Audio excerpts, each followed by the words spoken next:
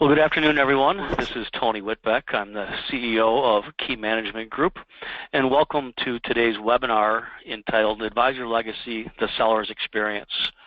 We're excited to have you on today's call. We have some participants. We have Todd Doherty, who's our Director of Acquisition and Legacy Planning, and he's going to be taking you through some of today's content. And then we have John Sullivan, and John is going to lead today's panel discussion, and he is one of the coaches at Key Management Group, and he'll introduce you to today's panelists. Before we get started, though, I'd like to give you just a brief overview as to the services that we offer at Key Management Group. The first is our executive coaching program, and this is really designed for the owner of the business. We have a practice management program which focuses on the back office operations and the support staff, their roles, responsibilities, etc. We offer two outsourcing services. We do client meeting preparation and financial plan production. And then we have a host of acquisition and legacy planning services, which you're going to hear about one of them today. We have our Advisor Legacy platform, which is where we help people buy and sell practices, and that will be really the focus for today's webinar. We do business valuations, and then we also have two turnkey continuity plans to protect your practice in the event of death or disability. As you can see, we have some partner firms. We have Ameriprise, Cetera, Concord, and Northwestern Mutual, and we offer discounts on some of our services to advisors who are affiliated with one of those four firms. So that's just an overview as to what we provide to our advisors. And what I'd like to do next is turn the broadcast over to Todd, and he's going to take you through some content before we get into our advisor panel. Todd? Thank you, Tony, and thanks everyone for taking time out of your schedule to join us today. I'm sure that you're all eager to hear from our panelists, but before we do that, I just wanted to spend a few minutes setting the stage of what the market looks like today for practice sales in our industry. And it's a really interesting time, really an unprecedented time that we're in now, because for the past 5 to 7 years, we've been in what you would consider to be a very strong seller's market where there was extremely high demand for any practice for sale, premium prices were paid, valuations were high, and so forth, which was a very good time for selling. And now we're entering into a similar time frame of 7 years or so where we're going into what is turning into a buyer's market. And it's a pretty major shift that we're looking at. So I wanted to talk about some of the reasons for that significant change. As you can see on this slide, and these are some studies by Pershing, Accenture, and Cirilli, that there's going to be a major retirement movement of advisors and really businesses in general. Some major mergers and acquisitions firms have projected that the year 2020 will be a record year, an all-time record year in the United States for business transitions. And as you can see from some of the statistics on this slide, we're also expecting a record number of practices for sale. Of the 315,000 financial professionals in the U.S., they're expecting 12,000 to 16,000 retiring per year for the next 10 years. Those advisors also control the majority of the assets under management, approximately 2.3 million. And then another very significant factor is we just don't have that next younger generation of advisors to take over. As you can see here, only 21% of advisors are under age 40. That's really an incredible number, and only 5% are under the age of 30. On top of that, there's a very significant quit rate in our industry for those who are giving it a try. There's 25% are actually quitting the industry. So by those projections, the financial advisory business will fall short by 237 advisors in approximately a decade. Certainly, that's a very significant trend that needs to be dealt with, but for the time being, it's going to have a big impact on practices for sale over the next 7 years.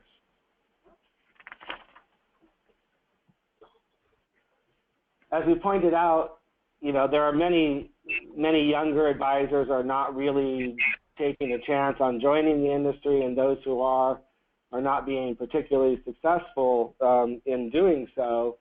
And as you can see here on this slide, there hasn't been a real push for bringing up that next generation of advisors, and many of the broker dealers have really focused more on acquisition than they have on development of the younger generation. Also, what we're seeing is that the colleges aren't really pushing people into our profession. They prefer to have people start in higher paying careers in the financial industry rather than taking a chance on a fairly low paying starting career as an associate advisor and so forth.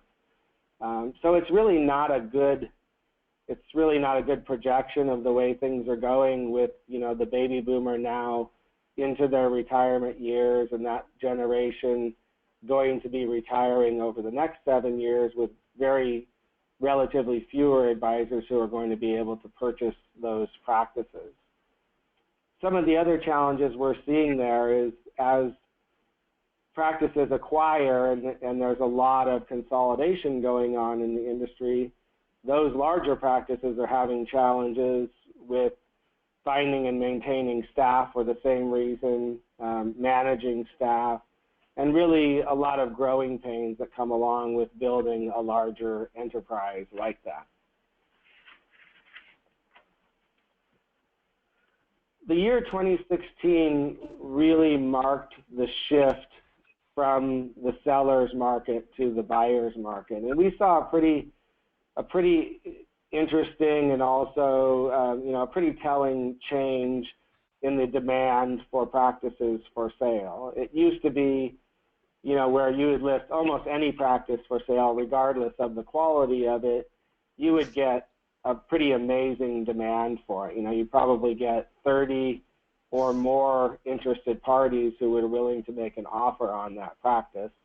And what we saw last year was a pretty significant decrease in that number.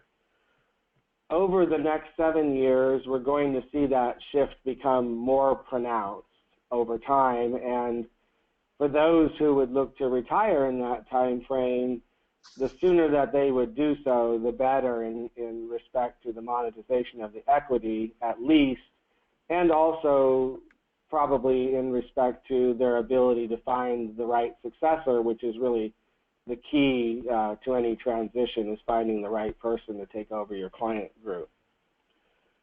The one challenge that a lot of advisors have is separating out when they should monetize the equity versus when they should necessarily retire.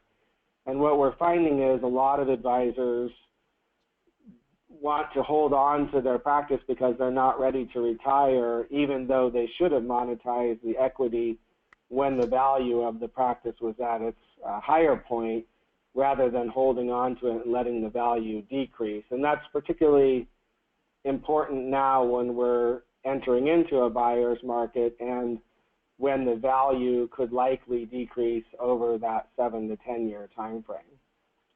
That trend will end in approximately the year 2030.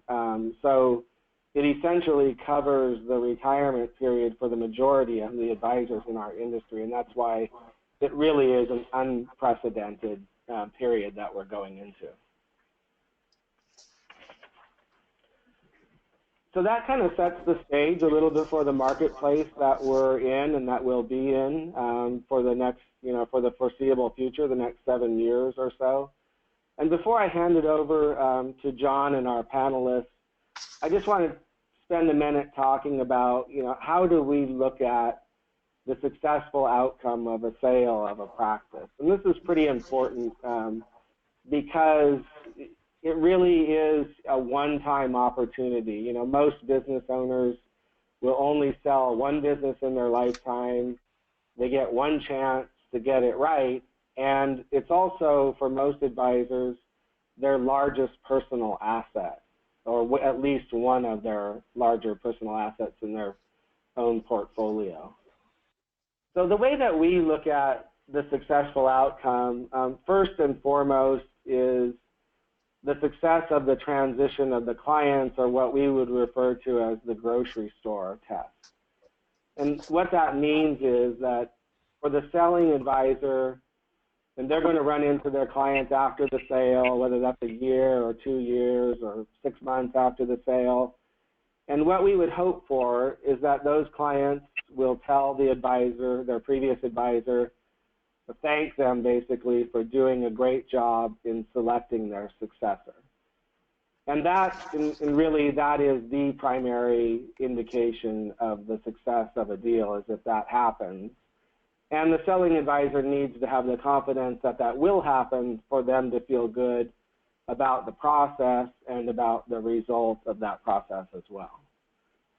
The second consideration, and I think this is in terms of importance as well, is that you get a fair deal and terms. Certainly, again, you know, it is a major asset of most advisors, if not their largest, and you want to make sure that you get what you deserve for all of the hard work that you've put into the practice for the last 20 or 25 years, that you get terms of the deal that suits your goals and also protect you from risk. So the second item in consideration is getting a fair deal and terms. And then lastly, getting it right the first time. Again, you get one opportunity to do it. You don't want to, you know, have any major issues and have to redo it. So it's pretty important as a peace of mind item to get it right the first time, to feel good about the transaction, to feel good about the transition of clients, and so forth. So that's really how we would define a successful outcome. And as I hand it back over to Tony, John, and our panelists, I think you're going to be able to hear directly from those who have sold recently how they define the successful outcome and the process. So Tony? Great, thank you, Todd. I'd like to now introduce John Sullivan. He's going to be the moderator today for today's panel discussion. John has over 30 years of experience in the industry, and he's one of the coaches at Key Management Group, and he and Todd and I work very closely together in helping people through the sales process using Advisor Legacy. We also have 3 panelists, and I'm going to go ahead and let John introduce them to you. So, John, I'm going to turn it over to you. All right, thanks, Tony, and welcome everybody. Happy New Year. I appreciate having the opportunity to lead this great group of people who we've had the opportunity to serve here this last year with their very important transition into their quote-unquote retirement careers. And so we have three veteran Ameriprise advisors that have joined us today. We have Mark Cook, and I'll have Mark Cook give his background here in a moment. Jill Lee and Brett McCauley, all from different parts of the country with different practices and different experiences. So we're going to take them through a series of questions so that you can get a better idea of how this might work for you and how you might plan for this. Because one of the things, as Todd said, which is maybe the most important thing, is that you get a chance to do this once. And you want to do it the right way, and we want to make sure that in addition to yourself and the buyers that come out of this in a successful and happy way, but ultimately we want our clients to feel that the transition was done properly and that you controlled it and that you were the one that planned for it so that they are going to be in great shape, and that's the ultimate objective. So with that in mind, I'm going to go ahead and start with some questions, and I'll start with Mark first. The first question is, Mark, could you share with us a little bit about your tenure, how long you were with the firm, maybe your status, some of the professional designations, where is your practice or where was it, and then just you know, anything else that you think might help the audience know you better. So Mark Cook. Hi, I'm Mark. I was with Ameriprise for 21 years, kind of joined mid-career. I was an accountant at Hallmark for a number of years before that. I was a CPA when I joined, and consequently became a CFP pretty quickly once I joined Ameriprise, or IDS back then. My practice is located in Overland Park, Kansas, which is a suburb of Kansas City, Missouri. Do you want to know like number of clients or assets or anything like that? Yeah, just take a minute, just high level, that'd be fine. At the time of the sale, I had 192 client groups. The assets under management were about 110 million. GDC was slightly over 900,000. I had one full-time assistant, is all I had. Recurring revenue was 95%, and did very little financial planning, just a handful of plans per year, although I did a lot of four-field calculating. Perfect. That's great, Mark. Thank you. Same question, Jill, if you could share with us the same information about you. Sure. Well, I was a Ameriprise advisor for 23 years. I held a CFP and CRPC designation that I had earned in the first couple of years. The practice was based out of southern suburb of Chicago in Frankfort, Illinois, but of course spanned. I had quite a few clients that also had since moved to other states, but primarily based in that area. And about 43 million in assets with 230 client groups. I tried to manage a smaller practice, which was based primarily all on referrals. So it was a small practice, not much financial planning, more of managing the relationships of those clients, and then just, like I said, basing the growth of it on referrals only. Excellent. Thank you, Jill. And last, Brett McCauley. Hi, John. Thanks. I have been in the industry 23 years. I started back in '93 with IDS. Got into field leadership relatively quickly and ran a practice for about 5 years. I actually left the company and came back after about 4 years and was hired back as an FVP in Redwood City, California, or Redwood Shores, California, and quit that after about a year to build my practice from scratch. So the last 12 and a half years was just focused on building a practice. I did not have a client base when I did it. So I'm here in Palo Alto, California. I'm a CRPC. We grew the practice to a little over 100 million in assets, about 250 clients, a little over $1 million in GDC the last couple of years. So it seemed like a good time. So I've got a mix of field leadership and building a practice from scratch, and so I love doing both. And so that's a little bit about myself. Great. I know that this is not an HR meeting, so I can get away with this, but Mark, how old are you currently? I'm 64. And Jill? 47.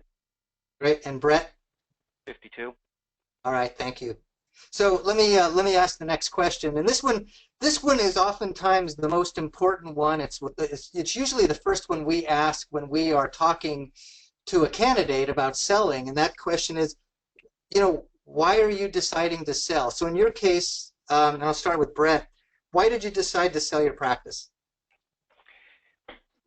Well, I guess primary, I have a 12-year-old and a 9-year-old, and they still love Daddy, and so I was working, 50 plus 60 hours a week. So one of it was to slow down and be able to spend time while they still want to spend time with me, so more time with family. I also like leadership, so change is in my blood, and after 12 and a half years, I was ready to probably do more coaching. I've been coaching some advisors, so coaching more and exploring more real estate investing. So it was time in life to make that change for me. Great. Okay, thank you. Thank you, Brett. Jill, how about for you? Why did you decide to sell at this particular time? Yeah, there were a couple of reasons. Back when I started, I had always intended to move on to something different somewhere in my mid-40s, which would have put me in that 25-year time frame of term of service. But unfortunately, I had a health scare, and I decided at that point there are more important things in life than just working. And with having my family, 2 young kids, I have a 7 and a 9-year-old, I just decided that if my time was short, I didn't want to spend it sitting behind a desk and working day in and day out. I wanted to spend it with my kids. Luckily, it was a false alarm, and I'm okay, but it did make me make the decision to move on to other things, and it's been great since, because now I've been able to enjoy things that I have missed out on the first 7 to 9 years of my kids' life. Okay, thanks, Jill. And Mark, for you, what was the impetus for your deciding to sell last year? Well, I think it was kind of a combination of things. I'm a new grandfather. I wanted to spend more. I wanted to be grandpa. You know, I'm 64. I had a good run. I love my clients and I love the business, but at the same time, I felt a lot of frustration with the oncoming regulations, such as the DOL things that happened this year. You know, I remember being on trips and the market would crash, and I wouldn't get a lot of client calls or anything, but it bugged me, and I was just kind of tired of dealing with it, I guess. And for right or wrong, that's how I felt. And so I just wanted to spend more time with the grandkids and play some golf and take off 3 weeks to travel in Europe and not worry about what's going on in the market. So it was just kind of time for me. Great. Okay. Terrific. Thank you, all three of you, on that one. Todd again alluded to 3 factors. We talk about these factors all the time as the predominant priorities, if you will, when a person sells, and they're in terms of price, terms, and fit. And so when the 3 of you think of price, terms, and fit, which was the most important to you in finding your successor? How would you rank those 3? And did your priority change during the selection process as we went through that together? And I'll start with Jill on this one. Okay. Well, I would say the number one was the fit. Finding the right successor was absolutely the most important for me. The second, I would say, would be the price, and then the third would be the terms. And did you find that stayed consistent throughout the process? It did, yeah. It stayed the same. It didn't change. Again, the successor and who I chose after working with people for 23 years was most important. Great. Okay. Mark, how about for you? It was definitely the fit. Price is a close second. You don't want to discount that, but fit meant everything to me. And there were a number of local advisors here that I had relations with, and I just really I got the one that I felt was the best fit. And I've already had a grocery store moment. One of my clients saw me and hugged me, and that made me feel good about how that turned out too. So fit was definitely the top priority. Excellent. Okay. And then Brett, how about for you? Fit was number one. I also had a grocery store moment yesterday at the gym. So I've had a couple of them, and it is nice to be able to sit and chat and hear that people are happy. Terms was number 2 for me, which was different from the other 2, and then price came in third. Okay, good. So if we move on to the next question, how did your preconception of the process of actually selling compare to the actual experience of selling the practice itself? And Brett, if I could start with you on that one, preconception versus the actual process itself. The first things I wrote down, and maybe the 2 of Mark and Jill will attest, more work than expected. And in that sense, it was different than expected, right? We worked, I mean, obviously as advisors, we worked very, very hard, but it was hard for different aspects. There was the emotional aspects of contacting the clients, and then making sure, you know, from a calendar perspective, that transition work is being done flawlessly and executed. And then there's all the operational stuff, and I'll touch on that maybe on the next question. So it was just different. I mean, you do it once, and you've never experienced that type of work. So it was hard to even have a preconception, except to know, hey, I'm going to be on the other side of this thing, and I know it's going to be good, but didn't realize the difficulty on that type of work. and the emotional competence that's needed. Okay, great, thanks. So Mark, how did your preconception of the process of selling compare with the reality of actually selling the practice? Well, I guess we can elaborate, like Brett said, on the next question on that. But I didn't realize how emotional it is to let go of your clients. We'll talk about the transition and all that, but just to be able to call them and then meet with them the last time, and wow, I just really grabbed your emotions, because these are some people that you've dealt with for a long time, and you have a high degree of empathy, and you know a lot about their personal feelings and their family, and the process was much more emotional than I expected. Okay. Great. Well, that's a testimony to the relationships that we tend to have with our clients, right? For sure. And then Jill, how about you? Preconception of the process versus the actual reality of doing it. Yeah, I think it was mainly just the amount of work and the unknown. Like you had mentioned, you know, we're financial advisors. We know how to do that, but this is something that we haven't done before. And so I didn't even know where to start, what needed to be done to make sure that the clients were protected and that, you know, everything worked out, didn't get taken advantage of, you know, by a buyer where, you know, legally things didn't work out the way you had originally negotiated. So I was more fearful of what to do, how to do it.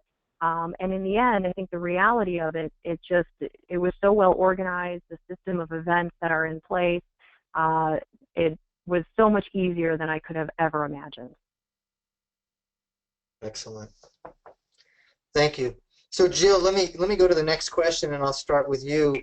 What was your biggest surprise or revelation, you know, during the time that we spent, you know, over the months with this process? Biggest surprise or revelation? Again, I think I have to go back to just the ease of it all. In the initial steps, I had tried to negotiate an arrangement myself in a sale, and it didn't work out. It became very emotional, and it did not work out. And so I think that during the overall process, you know, working with KMG, is that it was just, there are so many systems, it was so well organized, and it took away that emotion that I was feeling, and that towards protecting clients and making sure it worked out, but also making sure I was protected in the process. It couldn't have been any easier. So I would say just the ease of that overall process itself. Great. Okay. Thank you. Mark, how about you? Biggest surprise, revelation? I'm just going to add on to Jill's comment, how smooth and how organized and how not quickly, but how on a timely basis that the whole process moved along. I could see, you know, if I did this myself, I can see getting bogged down on getting responses from a client and negotiating and all of this stuff, and the fact that the practice was out for a bid, and you know, and I let a few people know ahead of time that this was coming up. I didn't negotiate with them, but they knew I was going to sell the practice, and then it was out for a bid, and that caused competition, and I think I got higher bids than I would have. I got higher bids than I would have gotten just kind of trying to do some negotiating on my own. So the process worked like clockwork. I got a higher price than I thought I would, and that bidding process is very powerful and very strong. And I highly endorse it in KPMG system there. Okay, great, thanks. And Brett, how about for you? Because it might have been a little bit different than what they just said. Well, I would echo what they said in the sense having the two of you side by side, meaning Todd and John, through the process was priceless. And so, and also on the pricing and the terms, and even the fit, all things were accomplished. And so I think I went in with a good expectation, and it was delivered on. The things I would just add were more learnings that were complete. I mean, they were surprises to me, the kind of the extensiveness of them. I had a big financial planning practice with I don't know, about 200,000 in fees, about 135 plans, and just FYI, so Ameriprise has a policy that you need to understand how they reverse plans if they're not closed out. And so, you know, I had 40 or 50,000 at stake in dollars that I needed to make sure. So there was that, so that anybody with a big planning practice just needs to be very proactive. I didn't get reversed, but I had to be very proactive on dealing with it. And because I don't have a huge practice, but I had, you know, 3 staff people, and I was incorporated on health benefits, et cetera. The operational unwinding, I started building a checklist because it was extensive. I mean, even to now, I'm still undoing things that were tied into the practice as a business owner. So, you know, and I talked to Todd and John and saying, hey, we could help people be proactive and all the things that they need to look at outside of the transition planning itself. And then there was some, in my case, albeit a great fit, who took over the practice. But, you know, a pretty good-sized practice took over my practice. And there were post-offer negotiations that were unexpected. So, and they went on for a little while. And so that was a surprise to me and dealt with. So those were sort of the learning experiences that I wanted to add. And then the other learning, because the transition went very, very well. I think out of all the clients, we lost 1. But the newest clients had the hardest time with the transition, right? So the clients that you brought on in the last, let's call it 1 to 2 years, definitely had the hardest time, because all of a sudden they were wondering, well, where are you going?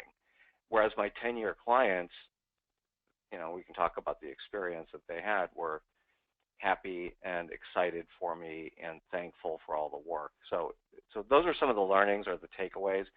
But to Jill and Mark's point, the process itself was flawless in selling. It was what I expected, and I had great support with these guys. Great. Thank you. These next 2 questions are connected, but one of the things, once you make the decision that you are going to sell, one of the biggest fears that oftentimes is faced is, what am I going to say to the clients? How do I share with them that this is going to happen? So, speaking of the process, how did you think your clients would react when you informed them about your decision that you were going to exit the business, retire, or transition? So what was your, again, what did you think they were going, how do you think they were going to respond? Brett, start with you. Yeah, my big things, and I think most advisors, we hopefully think we're doing the very best job, and we have the best relationships with our clients for everybody that anyone could have. And I think there's some truth to that. So the emotions that were around it, or the perceptions of what would happen, is, you know, I was extremely nervous. I thought they would be very nervous. I thought they'd be very worried about what's next. I thought they'd be sad. I didn't think they'd necessarily be angry, but I thought nervous, worried, and sad were what they were going to feel. And of course, the next question, and I don't know if you want to stop there, John, is... No, but why don't you go ahead and just go on to say then what actually was the experience? Right. And the actual experience, once I mustered up the call reluctance to pick up the phone and call my 60 to 80 best clients before they got written communication, they were happy for me. They were emotional, so there were a lot of emotions and some tears that shed, but out of happiness and that they're going to miss me. And then a lot of thank yous for the work that they've done. We probably helped 40 people retire over the last 5 years. And so there was just a lot of thanks. And so it was a nice surprise. And I know John did some great coaching through this and said, you know, this is what's going to happen. But until it happens, it's tough. Yeah. Great, thank you. Mark, same for you. What was your preconceived notion about what you might think they did and then what actually happened? Very similar to Brett's. I thought the clients would be nervous, worried, and sad as well, and I'm pretty unsettled. And but that assistance that KMG gave me on the transition, we had that thought out pretty well. I called the A clients and a lot of the B clients ahead of time before a written communication went out, and then I sat down and met with all the clients with the new advisor. And this is where fit comes in. I really, really felt good about the advisor that was acquiring my practice. It was a younger advisor, and I pointed that out to them early in the calls and things. But he was a really good fit for them, and they were, once they met him, one thing I always said was that my money's going to be with this advisor also. I had that much confidence, and that's a true statement, and because I have that much confidence in him, and that seemed to really allay some fears out there. Because people would repeat that back to me. Well, if your money's with him, I'll go with it. And so, but we met with the clients together. And once they met the acquiring advisor, he's just really good with people. And it was like, oh, okay, Mark. Well, thank you very much. That was great. We really appreciate you working with. Okay, Matt, what about moving this 401k over? So it went a lot more smoother than I thought it would. Excellent. Okay. And Jill, how about for you? Well, I think that at that initial stage, I really feared that clients would be disappointed and upset. In my case, I'm younger than most of my clients, and so many times in meetings, they would bring up the topic, well, at least we know you're going to be there to help us through retirement, and you're going to help us through that, and you'll be there for that. And so over 23 years, I had built such amazing relationships with clients that they just, I think, assumed I would always be there to hold their hand. And then what happened is right before the sale, I had clients that announced they're going to retire. One was given a short time because she had developed terminal brain cancer. 4 were in the midst of a divorce. And so I didn't want my decision to, affect their situation. And so that became a very big concern of how they would deal with it while they're in a crisis. I'm walking out. And then what actually happened was a whole different scenario. One of the things in talking to John when I was deciding what to say in those initial phone calls, I decided to be honest. And so I shared with the top 80 or 100 clients the truth as to my health care and why I chose to make a life change and things I wanted to do with that time instead. And so instead of helping them, I wanted to help my kids and do more charity and fundraising work to help others. So it's not like I'm just walking out to go live on a beach somewhere. There were other things that I had decided were important to me at that time. And surprisingly, they all said they trusted me so much that they will trust whoever I had chosen as that new advisor. And I think that was a validation of all those years, and many of us realized, a lot of times we hear the bad stuff when clients are upset a recommendation didn't turn out or the market shifted or this, that, or the other. And I think in that moment, I ended up actually finally after 23 years getting all that validation of how much they trusted me and respected my decisions. So I was able to leave comfortably knowing that they were going to be okay with this decision that I had made. Great. Thank you. Thanks all three of you for that feedback. Really, I have one more question for each of you, and then I'll turn it back over to Tony.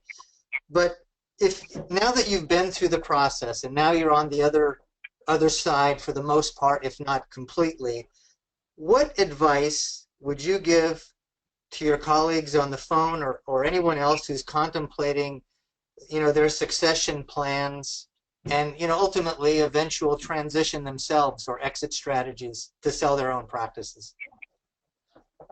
And I'll start with Brett on this one. Yeah, and I think this answer just follows up with kind of summarizing some of the other answers. And one, and it depends on the size of your practice and the complexity, but simultaneously with all the transition planning and the fit terms and deal negotiation, just preparing for the operational side and giving yourself a little more lead time to make sure that stuff gets taken care of. And I think building a really strong checklist on what needs to be undone. And there's just realizing the emotional difficulty that will be there in telling the clients, and so knowing that it will be there. I mean, you can hear it with Jill and Mark and myself. I mean, it is an emotional process, so preparing for that. And then for my other learning is, when there's an offer that is being made, if you're going to use, especially if you're going to use this bidding system, which is fantastic, just making sure that you're having as much of the parts of the deal up front and clear, because again, what happened to me was there was post-offer negotiations that continued on for a little while that were uncomfortable, even though it still ended up being a fantastic fit for the clients and my staff. Excellent.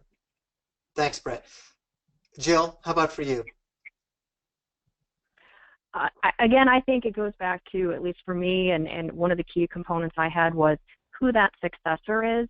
Not only someone who is good for the client, that meets that offer that you're looking for, or what the price was in that, somewhere in that range, but I think a key thing is that you work well together with them.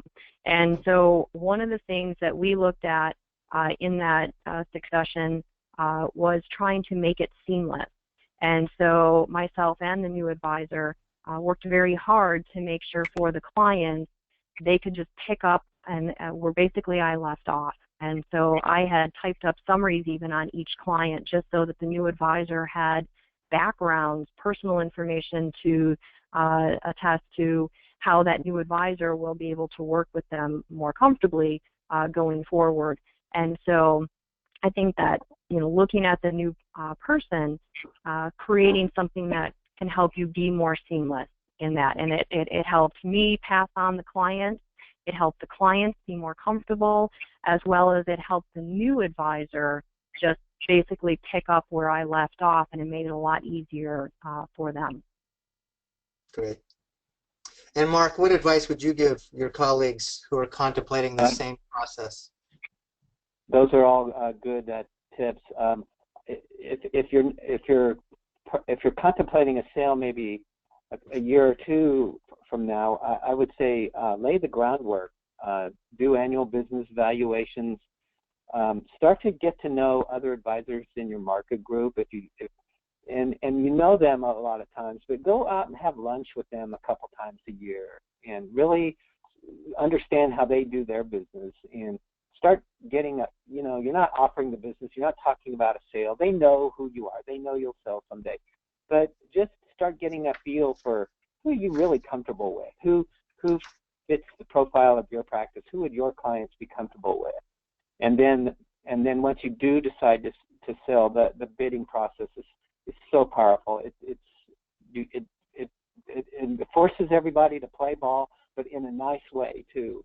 And the support you get from KMG with Todd and Tony is excellent every step of the way. And there's a cost involved, I know that, but it pales in significance to the benefits that it's meant for me and my family. Excellent.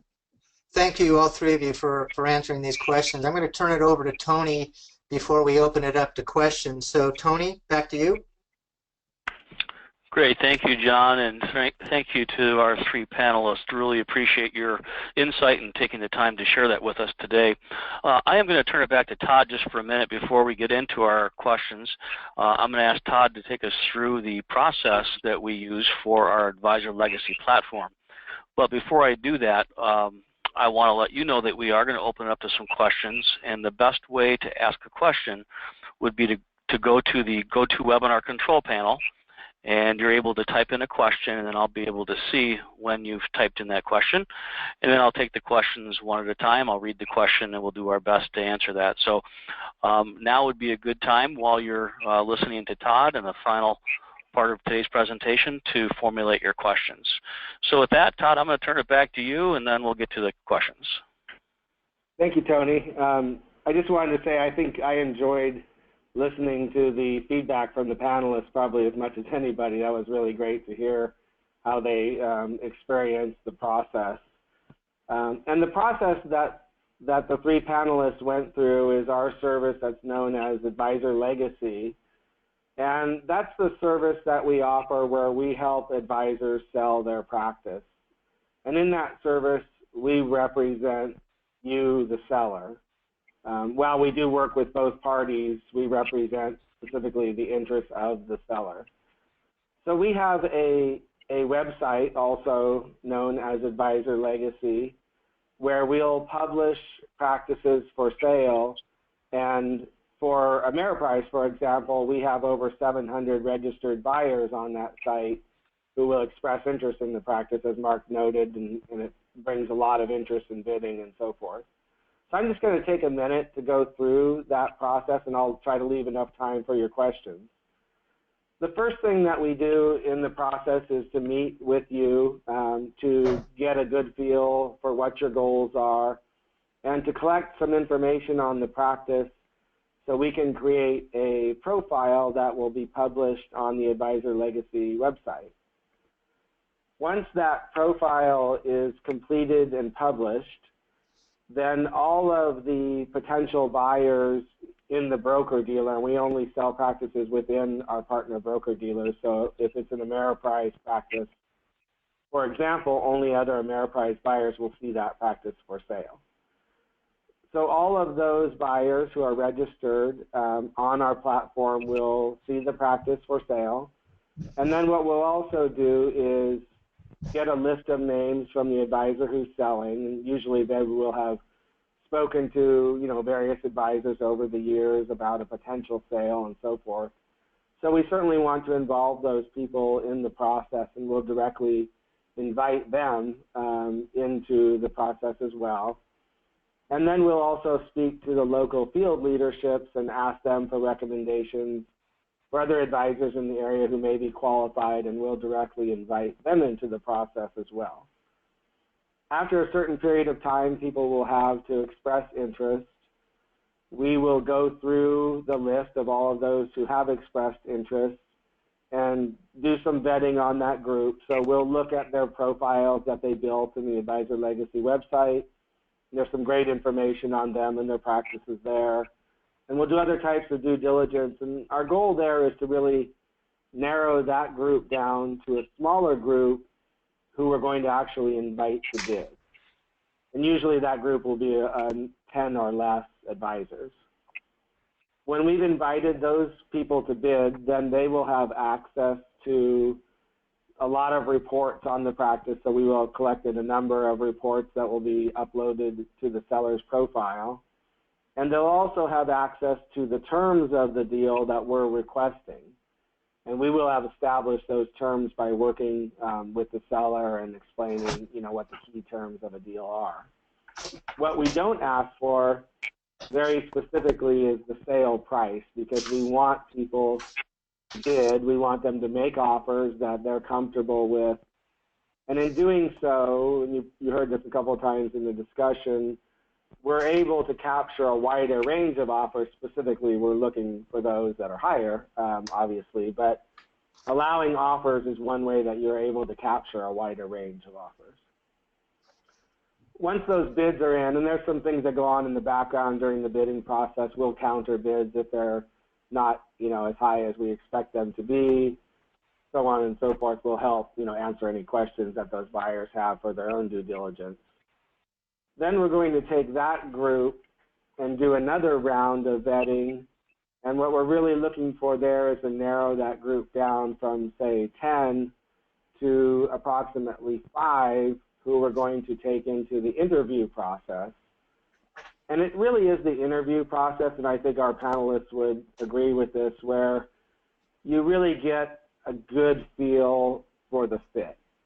You get to hear from the advisor what their values are, what their client service systems are, all of those things about the practice.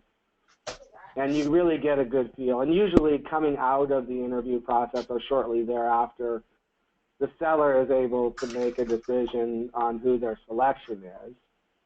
And oftentimes, we actually end up with a case, and this is a good problem to have actually, where there's more than one candidate the seller would select. And so they could actually have a hard decision between sometimes 2 or 3 because they feel that those are, more than one of them is is qualified and they would be comfortable with them. Once the selection is made, then we move on to finalizing the deal in way of getting the formal agreements completed with an attorney, working with our lending partners to get financing for the deal. And most deals today are bank financed, which is a big benefit to both parties. It means that you get paid the majority of the sale price at closing. And then we also work with both the seller and the buyer to help plan the transition of the client communications, meeting schedules, so on and so forth. And that basically wraps up the process. That total process from start to finish on average is about 4 months. So it does take a fair amount of time, and as you heard on the phone, it can be a fair amount of work as well, especially the transition. And then the actual transition period for a standard practice is approximately 6 months. We do charge a fee for this service, and we only charge a fee if we're successful with the sale, and there's no other fees except for that success fee. Generally speaking, the fee gets paid out of the proceeds of the sale, so we get paid when you do, and generally we get paid by the bank. It's similar to a home sale. The range of the fee is between 1.5% and 5% of the sale price, and that range is determined by the GDC of the practice. So the larger the practice, the lower the percentage to equalize the fees somewhat.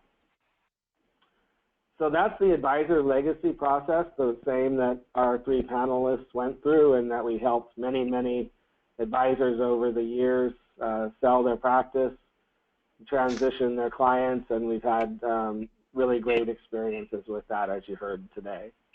So with that, I'm going to hand it back over to Tony and open it up to some of your questions, hopefully. Great, thank you, Todd. So we did have one question, or we have a couple of questions, but the first question is that Brett had mentioned some post-offer negotiations, and what did he mean by that? And I don't know, Brett, if you're still on the line. I know you had to cut out about 10 minutes before the end. Brett, are you still there? I can okay, answer so that. John, could you maybe answer that question? I'll go ahead and answer, Tony, because I was helping Brett on that.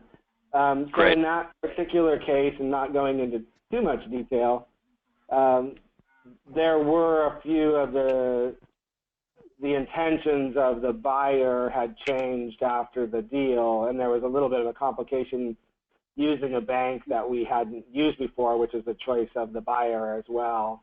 So as Brett said, those items were stressful, and we're handling the majority of the negotiations in these sales, but it is stressful for the seller if what you expected to see changed. And in the end of the process, we ended up getting the deal that we expected, but we did hit some rough bumps in that one.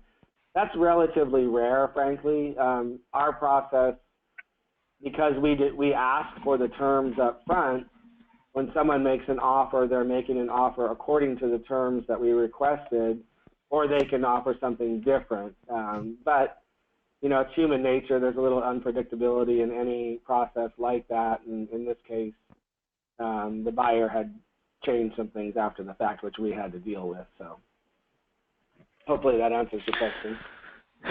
So Todd, we have another question, and I think this is best for you to address. The question is, what do you think the shift in the market will do to prices in 2017, 2018 versus today, meaning shifting from a seller's market to a buyer's market? So what kind of impact do you think that will have on the practice? And as a follow-up question to that, do you think that that's going to change the financing availability? Great question. So I'll deal with the first one. Really, because of the market that we're entering, and there are other factors too that are going to influence value. I just was focusing on the demographic factor. But as a result of that shift in the marketplace, for most advisors who would sell in that time frame, which is basically the time frame for most people to retire, the sooner that they sell, the better. And it would have been ideal if most of them would have sold in 2015 when we had a really, really strong market. And that's not to say that there's not sufficient buyers out there, though. So I don't want it to come across as, you know, a bad situation at all. It's just a more challenging one. And the other factor that's really common is that with advisors who are close to retirement, it's very rare that those practices are growing. So if the practice is not growing and the external factors in the market are forcing values down, then the value of the practice will decrease over that time frame. And that's really the significant factor that we're talking about in respect to the demographics. If you were growing your practice in a meaningful fashion, you could still increase the value in that same time frame. That's not out of the question, but that's not usually the case for people that are close to retirement. And so the sooner that you monetize the equity for that group of advisors, the better.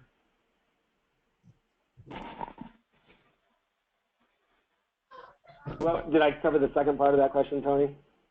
You did. Thank you.